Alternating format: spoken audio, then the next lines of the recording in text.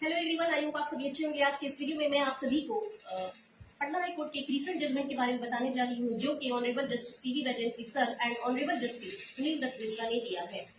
इसमें वाइफ ने miscellaneous appeal file किया हाई कोर्ट में। उन्होंने अपने जो पटना फैमिली कोर्ट के द्वारा जो तलाक की डिग्री पास की गई थी उसको चैलेंज किया।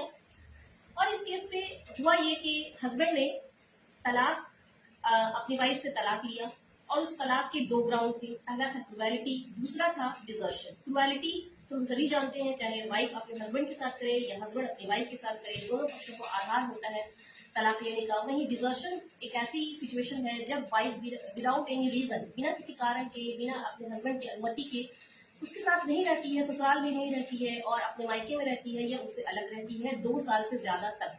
तो इन दोनों ग्राउंड्स पे ही हस्बैंड ने तलाक लिया था। अब तलाक हो जाने के बाद इस जजमेंट का जो बेसिक जो कंक्लूजन है, जो इसका जो मोटिव है वो ये है कि क्वांटम ऑफ जो एलिमोनी होती है, वन टाइम सेटलमेंट जब सेपरेशन के बाद होता है तो वाइफ की वन टाइम सेटलमेंट के लिए जो क्वांटम ऑफ एलिमोनी होती है section 25 of the Hindu marriage act, वो 2 बातों पे डिपेंड करती है। यही इस जजमेंट में कहा गया। पहला है ड्यूरेशन ऑफ द मैरिज, जो कि अर्लियर रजनीश वर्सेस नेहा के गाइडलाइंस में जजमेंट में भी कहा गया था। वही जो ड्यूरेशन ऑफ द मैरिज है, अगर शादी के 10 साल हो गए हैं और 10 साल के बाद तलाक होता है, that then the wife will be entitled to for life time alimony. Wife जो है जीवन भर के लिए उसको एक फिक्स एलिमोनी मिलेगी।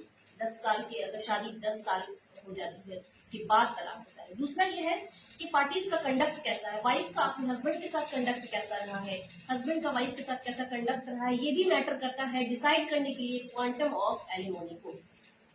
और ये जो कंडक्ट है इसको पहले सुखदेव सिंह वर्सेस सुखबीर कुमार के जजमेंट में भी इस पे ध्यान दिया गया था।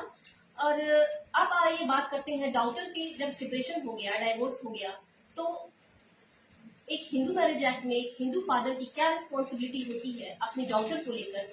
आइए इस पे बात करते हैं। पहले हमने देखा कि वाइफ जो थी इस केस में वो अर्निंग थी, वो एक पंचायत टीचर थी और उनको एक बेटी थी और बेटी जो है वो माँ की कस्टडी में थी। लेकिन सेपरेशन होने के बाद, तलाक होने के बाद फादर की रिस्पॉन्सिबिलिटी होती है कि अपने अनमैरिड डॉटर को, if she is not capable to maintain her, उसको मेंटेन करने के लिए एक राशि मेंटेनेंस दे। पहला बात ये है, पहली बात। दूसरी बात ये है कि even though the daughter is earning, even though she is earning, उसके बाद भी अगर वो अर्न कर रही है, she is capable to earn, it is the duty of the father, Hindu father, to give money to maintain her for her marriage and for her educational expenses. अपने शादी के खर्च, उसके एजुकेशन के लिए जो खर्च होते हैं वो भी डाइवोर्स के बाद जो पिता हैं, हिंदू पिता हैं, वो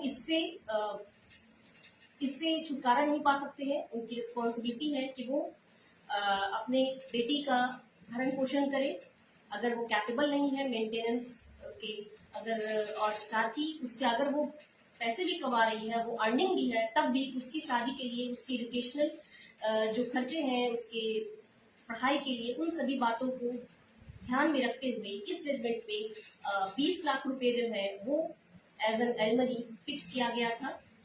तो इस जजमेंट के थ्रू हमने ये जाना कि क्वांटम ऑफ एलिमनी 2 बातों पे डिपेंड करता है। एक, शादी के कितने साल हो गए हैं, अगर ज्यादा टाइम हो गए उसके बाद तलाक होता है, then the wife will be entitled for life time alimony. साथ ही conduct of the parties is very necessary.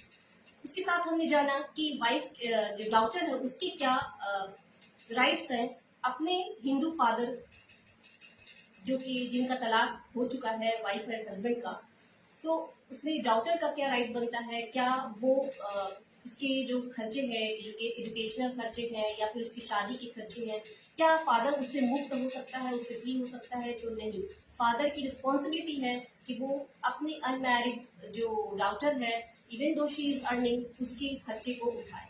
ऐसे ही मोर लीगल अपडेट्स के लिए मेरे वीडियो को लाइक और शेयर करें। Thank you.